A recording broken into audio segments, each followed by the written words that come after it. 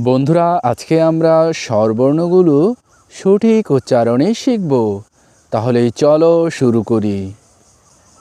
অ, আ, হ্রস্ব ই, দীর্ঘ ই, হ্রস্ব উ, দীর্ঘ উ, ঋ, এ, ওই, ও, ও।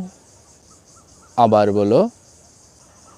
অ, আ, হ্রস্ব ই, দীর্ঘ ই, হ্রস্ব উ, দীর্ঘ উ, ঋ, এ, ওই, ও, ও।